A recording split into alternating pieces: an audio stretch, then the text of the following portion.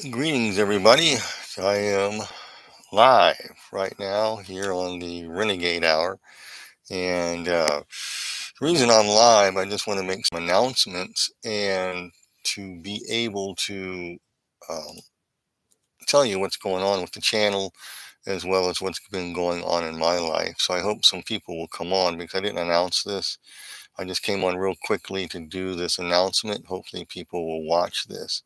I do use a green screen, so I just like this green screen background, so I just picked it because it looks nice.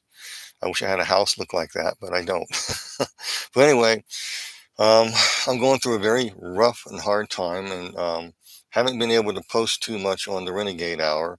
And the reasons for that was that what happened on August 20th was devastating to me. Was totally unexpected. So what happened?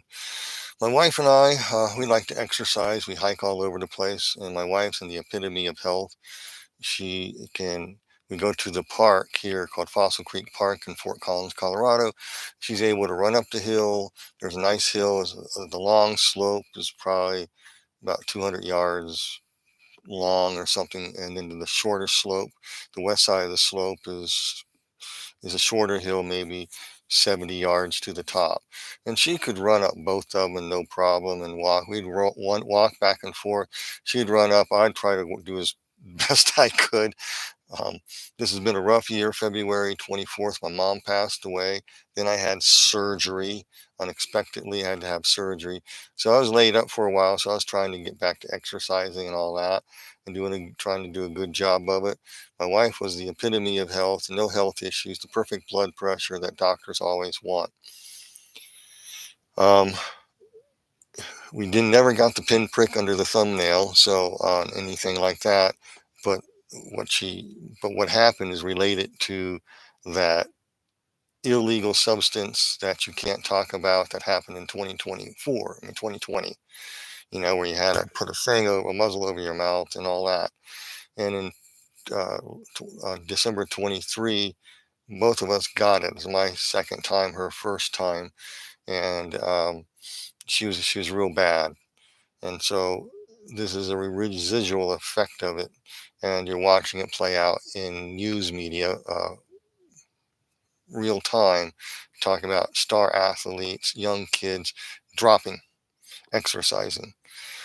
My wife and I have been married 36 years, and I've known her for 36 years, 9 months, around 10 months or whatever. And fell in love with my little brown-eyed girl. We decided, well, we're just going to grow up, and this is the woman I'm going to grow old with. And after 36 years of hiking the Rocky Mountains all over the place, Smoky Mountains and different places where we traveled, I was just looking forward to the rest of my life with her, and we were very, very happy. We're thinking of possibly moving somewhere. All that abruptly changed on August 20th. We were exercising, so we went up the hill like we normally do. We park on the western side. We go up to the top, walk down to the long slope down, maybe close to 300 yards, maybe something. It's a long slope, and it's steep. So we walk down it, and I grab my wife's hands and says, "I always love holding your hand. I love you, babe." Didn't know what would happen shortly after that on August 20th. Yeah, she did. She ran up the hill. She did her exercise. No problems. Nothing wrong. Just like normal. Epitome of health.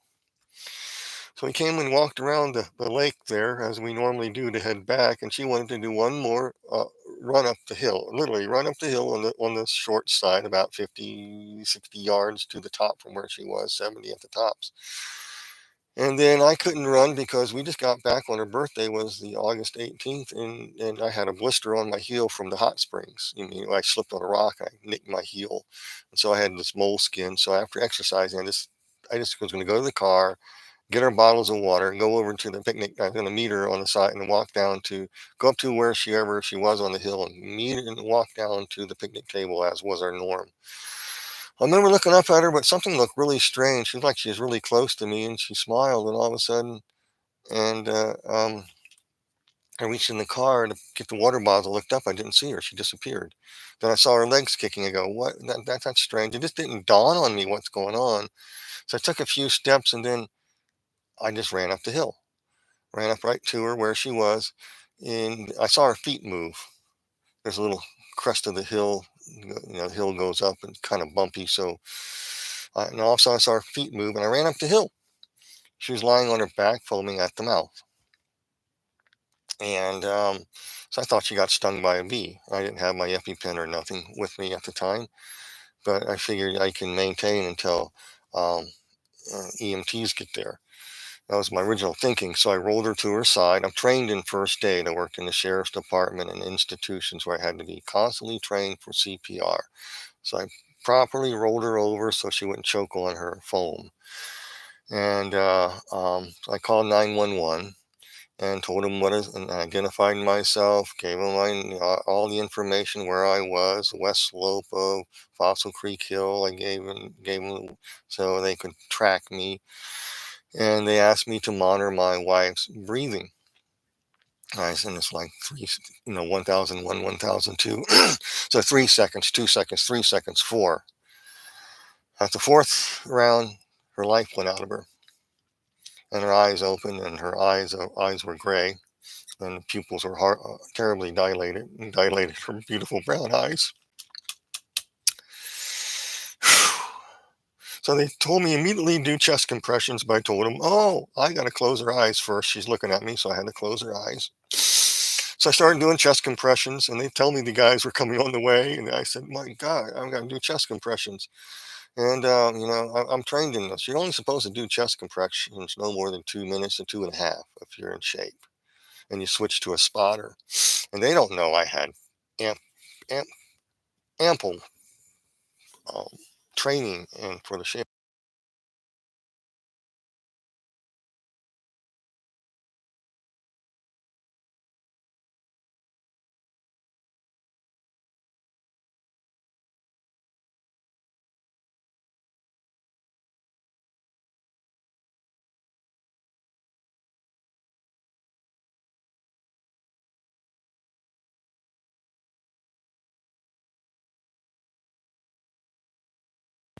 Okay. All right. Well, okay. Thank you for letting all my sounds gone. So I don't know where I left off. But anyway, I was starting from I accidentally hit the hit the mute button. Okay. All right. Okay. So thank you, Wide Awake and Aware 22. Okay. Okay. Started with the chest compression. So I was trained in doing that. So I was doing the chest compressions. I notify they say, I don't have a spotter. Don't have a spotter. I'm going to pass out. I can't do this anymore. She goes, hang in there, Mr. Melvin. You can do it. You got to do it. I kept doing it. I kept doing it. I knew my wife passed away. The life went out of her. I never told anybody this, but I felt her presence standing off to the side. It sounds weird, looking at me. But I knew she wasn't in her body. So I was doing the chest compressions, and I might have said a few things. I said, you might think this looks weird, Sharon, or something. I know the 911 people could hear it. They didn't know what I was talking about. But I told them I can't do this anymore. 10 minutes passed, and I could see the flash behind me. This was in the evening. I started at sundown. It was nighttime by the time they got there. It was dark. And so 10 minutes later, they came up the hill. They told me they were up there. I rolled off of her. They took over and immediately started compressions. I was able to get a pulse started, but she was gone. And so then they lost the pulse again, and they began to use the ED shocker thing and shocked her. And she lost her, shocked her, chest compressions, sticking things in her, and a big thing in her vein in the leg, and putting all this, trying to stabilize her heart. I had to talk to the police. I was very weak. Had to talk to the EMT, telling them no problems, no health issues, nothing, all the health issues. Um, pretty traumatizing, say the least. So they got her on the gurney and wheeled her to the hospital. And I'm going to call my brother-in-law, which I was in the process of doing when I was walking down the hill, and have my brother-in-law take me to the hospital. I got in the car. I was able to drive home. My adrenaline was going, and I knew she was gone. But they had a pulse back, and they got her. I got her, and so I finally got my brother-in-law picked me up. That's my wife's brother, and his wife came. They were in shock. My wife's an epitome of health. Excuse me, folks.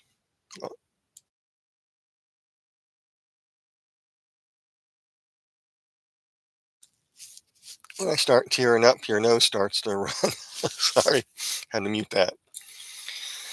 And so they took me to the hospital. Went to ICU room 1 at PVH, Peter Valley Hospital. They stabilized her, and they asked me, do you have a DNR? I said, we were just talking about it about 4 days ago. And we delayed doing all this because we thought we had plenty of time. And so I didn't get prepared for it. When the opportunity would arose, we would have had our DNRs ready. I said our wishes was that she does not want to come back as a vegetable or in a wheelchair, and to let her go. And that is my wish too. And he said, okay, but you know that if we didn't do it, I'm obligated to do heart surgery on her and put a pacemaker in, but she's not going to survive because she has a lethal arrhythmia. This is common with a certain thing that happened with people who both got the pinprick and who didn't get the pinprick. We didn't get the pinprick with this mystery that happened in 2020 when she had it in 23 of December and the first part of January 24.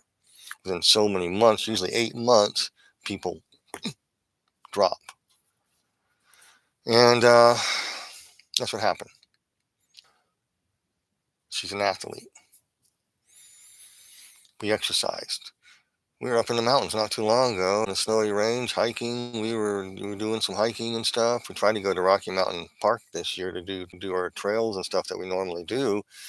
But we never got up there because they put this time of day entry in, and you can never get there and get in there when you need to, because we hike. We got to get there early. We hike all day. We come back at night. We go maybe 6 mile round trip to a 10 mile round trip is not unusual for us in the Rocky Mountains. And so um, so I sat there. It was strange, they explained what it was, and one, I think it was her left side. I was sitting on her left side. Her left side hand was warm. Her right side was ice cold. He explained the arrhythmia. Your heart beats like this, all in tangent, but right now the arrhythmia, just one side's beating, kind of trying to beat normal, and the other's just kind of can't get the electrical current, so it's just kind of like that. So I can see that on the heart monitor. And I know that my mom passed away with congestive heart failure. My wife's father passed away with congestive heart failure. So I am familiar with heart monitors. Um, and it didn't look good. And so he said, okay, I want to honor that. So I had to sign off for the DNR for her. And because there's no use, And so since she was, and then one of the nurses came in and some other people came in. I can't tell you any more than this, who had experience in this and told me they've seen a lot of this, but they just can't say can't agree that I'm right about it because it get them in trouble. And I had others saying, oh no, just happens all the time. This happens with women all the time. Well, it does, but it's pretty rare. But usually there's some genetic factor in the family, and my wife's family has no genetic factor for this whatsoever. So we got to rule that out. So I, she was supposed to be on hospice and was trying, and hospice was delayed 12 hours. So she was there. So evening, that was the 21st and the 22nd and the 21st. So about 2.5 days. Usually, people who are not in good shape will go real quick with this. My wife lingered for about 2.5 days. She passed away August 23rd. at 4:34 in the morning, I think. I was at home. I had perfect peace about it. I remember before I left that night, I knew she was going to leave about 4:30, but I was so exhausted being up. I was up. I was up for 3 days without any sleep. And so I remember kissing my wife on the cheek quite a bit and holding her hand. Got the phone call. I think I got maybe 2 hours of sleep, if that. I went there. My friend was staying with me at that time from Denver. He lost his wife. He's a widower too. He lost his wife in June. He's staying with me. We had his little service dog. We went in there and made arrangements and for what needs to be done next and all that. And so it's just been a rough month. I haven't really, I've been doing some videos on my own thing. So I spent like 14 or 15 days grieving online on my Christian Marauder thing. It's at the Christian Marauder on YouTube, also in Rumble. And so I started doing that, and also on Facebook, and doing what it was like to be grieving and what I thought, how I felt at the time. And so some of my first few times I didn't know what was going on. At first I was all upset, but to find out it was caused by something else. And anyway, I'm doing a topical study on the Christian Marauder. I was hoping to get it edited and put it on the Renegade. I'm doing a study on the occult world that you have never heard of before, on what true occultism looks like and what it is. So anyway, I'm very delayed because of all this. I just need some more time. So I thought I'd kind of let you guys know on the Renegade what's going on. I mean, the Renegade Hour. And I told Josh Peck what's going on, and this channel I'm just simply monitoring, and I really don't know what to do with it. I think he got all his material off. This is heavily monitored. So anyway, I got to get back in the saddle, and so it's over a month now. I'm still grieving, but I got to get back in the saddle. So hopefully I'll get to be able to interview Derek Gilbert. And I have to reconnect with Gary Wayne and set up another interview. All that got shot with my surgeries, illness, and now my wife's passing. And all that got messed up. I am hoping to get, I'm trying to get Ken Johnson too, but I haven't heard back from him. And I'm trying to also get a hold of some other folks as well. Yeah. And so, yeah, I'm going to try to get some interviews up going and put them up here for you guys. And then I'm also thinking I want you guys to email me if you can. And I have to put it in the description where to email me. But I'm looking for people Christians who are, legitimate, who've been involved in the New Age movement and whatever. The friend that I have who's a widower, he's a strong, devout Christian now, but he, before he got saved, he was in the Rosicrucian movement. View him, but he doesn't have access to a computer, knows how to do this stuff. So I have to educate him, and hopefully I can get him on. He can give you an education on Rosicrucianism that you're probably not going to get anywhere. I might do a special series on Rosicrucianism about what that is, if you're interested in that type of thing. And Rosicrucianism has pretty much infiltrated a lot of the church, and I didn't realize how much of it is in that church, and how much of it, especially the use of laws, spiritual laws, and use this law, the law of attraction is basically what it is. But how they use it, it's very illuminating. And when you see, it's like you go in a church, you'll see this stuff in the church, and it's like, wow, he sees it. He has a disdain for the occult, and the disdain especially for New Age. So I'm trying to find some New Agers. I might talk to Josh Peck and see if he wants to do one, talk about his New Age experience, and get him on the channel again, and do things like that. So those are some of my plans. So just hang with me while I settle this matter. I'm in the process of going all over the place with death certificates and sending them out. I'm just burnt out right now. It's very hard on me because my wife and I, had plans. I was going to, my second book came out now, Heaven Beckons, and that I wanted to get that online, and it's off of pre-sale now, so it's now on sale. You can get it on Amazon. It's Heaven Beckons by B.W. Melvin. That's out. I was going to try to work on that, and I'm trying to I got to get to the publicist and say, come on, please get me busy. I can't stand not doing anything now because there's nothing to do but stare at four walls. My wife and I had plans. I was going to do a few interviews here and there, do some YouTube stuff. We were planning maybe to move to the East Coast somewhere and kind of settle down and see the sites there since we could. And I could go teach where I had to every now and then, or go to a conference and whatever came up, or any invites I got, just kind of step back from it, and but still be available to it. And that's what is our plan, because one thing that people don't know about my wife, and I just want to end with this, is that when I met my wife in church. I never wanted to date again. It's one, how it is. You have one disastrous dating thing after another, and it just don't work out, and nothing works out, and all of a sudden you try to get together, and it's like, wow, what in the world's going on? And so I said, well, then I saw this gal, and she had the most beautiful brown eyes I've ever seen, and I was smitten.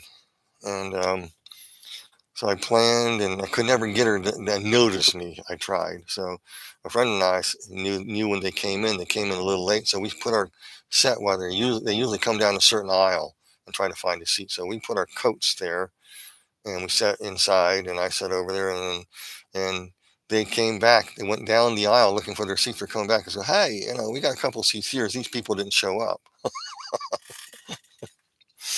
So I sat with her, and I talked with her after service and asked her if she wanted to go out to this fancy restaurant called Billy Bob's. It's some American eatery, Southern style food or something. Billy Bob's, that's what the name it was.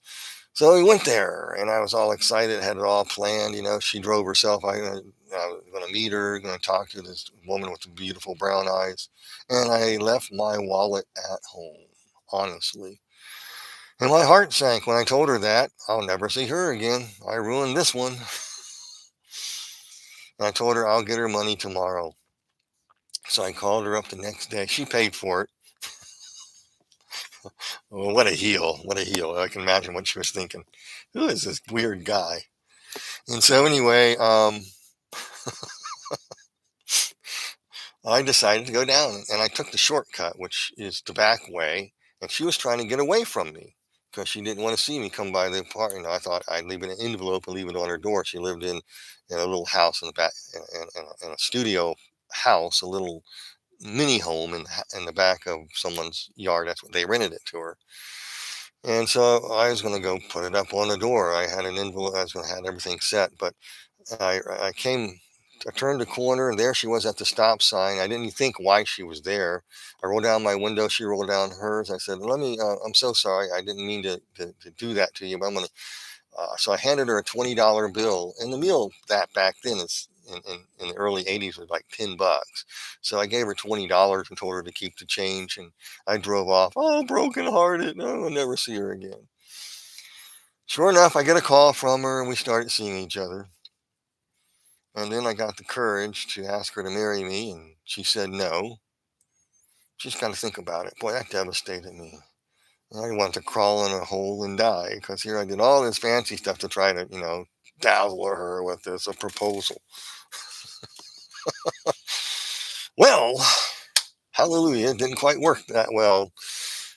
And then we still saw each other, and we did things in the mountains and walked around, hiked and things like that. And then, and she was, we both went to college after we got married, and she became a pharmacist. I went into social work, criminal justice field. So I went and worked in that field of criminal justice. But before that, she worked at this place called Advanced Energy, and I would meet her for lunch and go to this Chinese place or another restaurant and bring her lunch. So I brought her lunch, and we're sitting there I was sitting in, I had my truck at that time. It was a blue Datsun truck, 4-wheel drive truck. I used to drive all over the mountains in. But anyway, I would sitting there eating, and she's sitting there eating too, and munching on a little spring roll. And she just goes like this. Aren't you going to ask me? I'm a guy. I don't know what you're talking about. I don't know. Men just don't get it. We just can't get the hints. I go, I'm going to ask you what? So I'm munching on this, trying to swallow, and all of a sudden I think, what did I do wrong this time? What is this crazy woman? What's going on? Aren't you going to ask me? Aren't you going to ask me? Ask you what? She goes, will you marry me? I said, okay. Will you marry me? She goes, yes.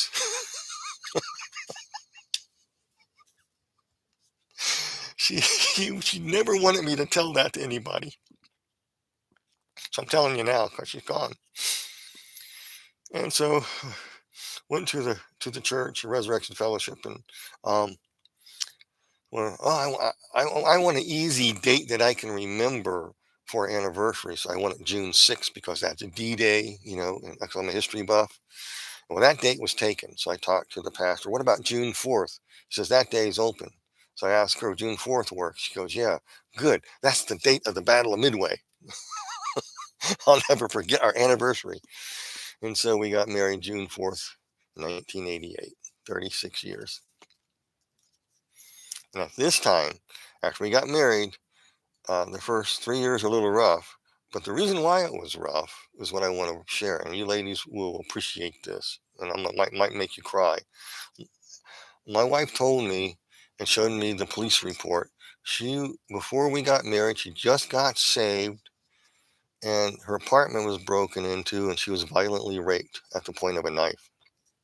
My wife is a rape survivor.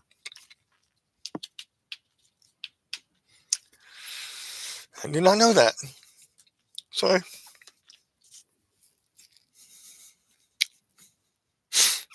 and what she couldn't handle that. The worst part of it was the trial where they tried to make her look guilty. Well, they found the guy guilty anyway, but it traumatized her. And so I married her for better or for worse, ministered to her, and I loved her like the Bible says husbands are to do.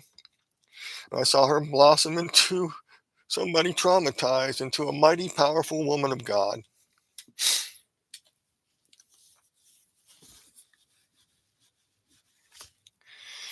And when I started preaching back after I wrote my first book, Land Unknown, Hell's Dominions, I was going places. I was going places, speaking. And I know what nights were like for her.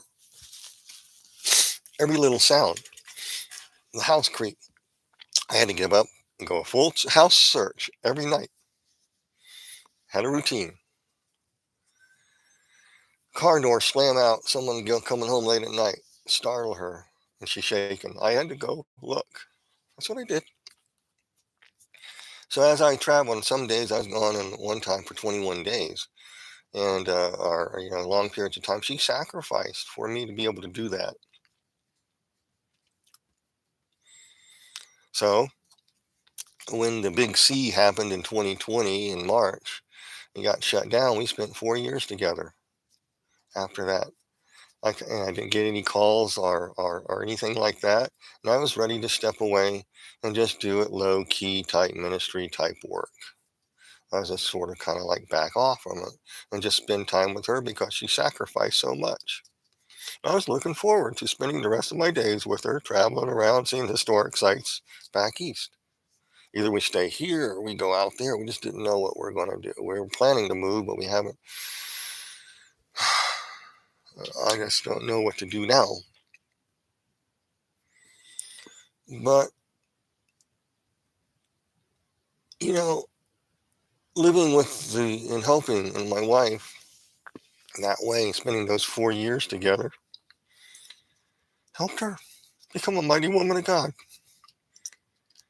in ways that she probably only now realizes in heaven, because she's in heaven now. And who knows, I can do some shows on that. So some of you ladies have been traumatized by this stuff. I hope you got a husband who's a godly husband who can understand why you don't like noises at night and why things startle you. And I hope he's man enough to minister to you in that area. And I just pray that happens. If you don't have anybody, you don't. And it's pretty rough. As my wife would tell me. And by um,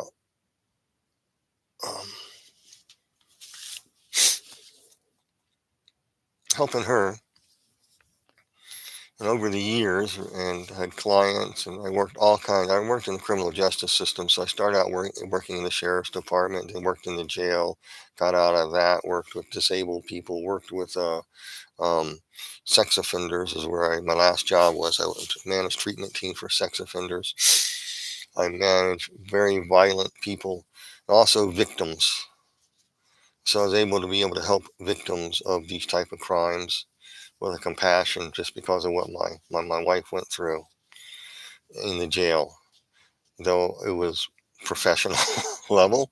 And I could understand, I can ask them questions because I already been through this myself with my wife. And so does your husband, does he go out? She just gets tired of it and he yells at me. He says, well, we'd have to get him in counseling or something. But, things like that just didn't always work. And family counseling wasn't my cup of tea anyway. I'd rather deal with hardcore criminals.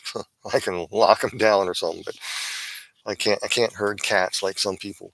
But I was able to somewhat help people who've been through this to also weep with you and mourn with you and understand the trauma you went through. Though I never went through that myself, I can relate to it. I can relate to children that happening to them and the trauma.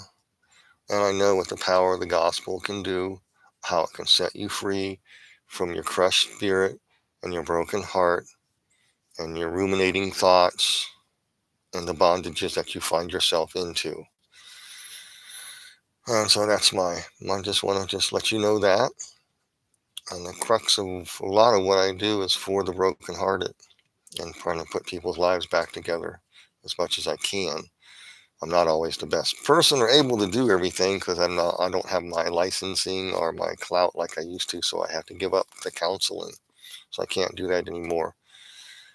I get in trouble if I do. So, so anyway, that's where I've been. Just thought I would share that with you guys. And I might just pop on like this once in a while just to keep the channel going and just do a chat. I've been doing special newscasts on my channel. I might edit those out, put them on, or just redo them for you. And because it just helps me, because I got nothing to do here. I'm in a house alone. This is my basement with a green screen, and it's empty. She's not here, and so I have time, and so I probably come on and chat with you a lot or whatever and see what happens. I don't know. I can't. And also, if you send me emails, if you know somebody out in the New Age movement, things like that, let me know. If they're, I have to check them out, make sure they're legitimate and all that. If they're legit, and I like to interview them and talk to them and how they came out of it and things like that. If that interests you, just let me know. It's what was my plans for this, but just everything went haywire. So, I thank you all for being here and sticking with the Renegade Hour. And I'm sorry, but for the delay, because I'm trying to find somebody else who will help manage it or take it over. Or I don't know what to do with it, because Josh got what he needed out of it, got all the videos out of it, archived. So that's good. And so I'll keep it going as long as I can to keep people's interest. And so I hope to get back on that shortly. In the meantime, I may come on sporadically and do short videos like this just to keep it on. I'm just doing this to let you guys know where I'm at, what's going on. Okay, so I'll look at the live chat here just real quickly here. Okay. Thank you for all your prayers. Yep, thank you.